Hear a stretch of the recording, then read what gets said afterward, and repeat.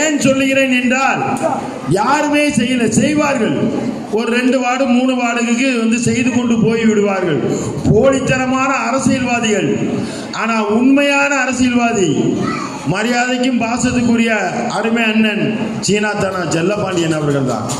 ஏன் சொல்லுகிறேன் என்றால் அவரிடம் ஒரே ஒரு குணம் உண்டு. ஜாதி மதம் இதுக்கெல்லாம் அப்பாற்பட்டவர்.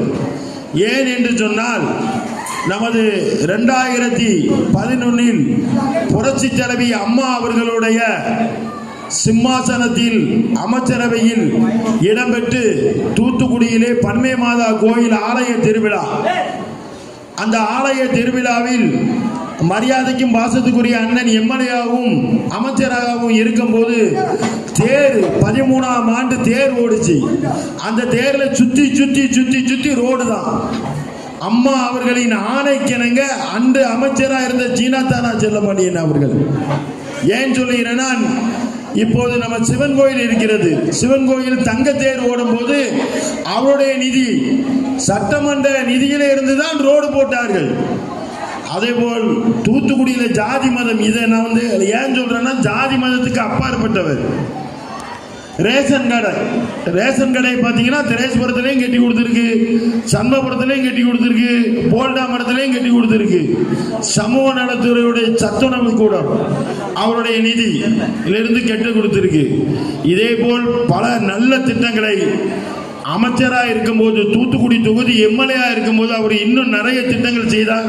அது உங்களிடம் அவர்கள் சில இதுகளை அவர்களே கூறுவார்கள்.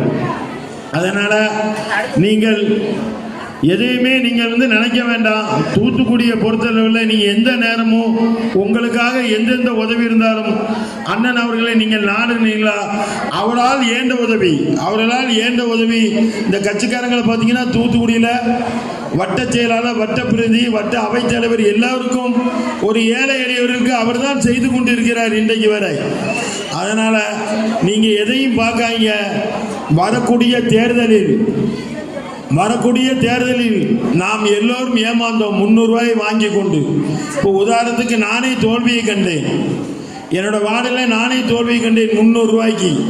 அதேபோல் நீங்கள் இனிமேல் வரக்கூடிய இந்த சட்டமன்ற தேர்தலில் நீங்கள் எதையுமே பார்க்காதீர்கள். யார் உங்களுக்காக நல்லது செய்வார், யார் உங்களுக்காக எந்த இயக்கம் உங்களுக்காக ஓடி வரும் அப்படி நீங்க பார்த்து மரியாதைக்கும் பாசத்துக்குரிய டைமை ரொம்ப நேரம் எடுக்க வேண்டாம். எனக்கு எதுக்குன்னா நீங்களாம் ரொம்ப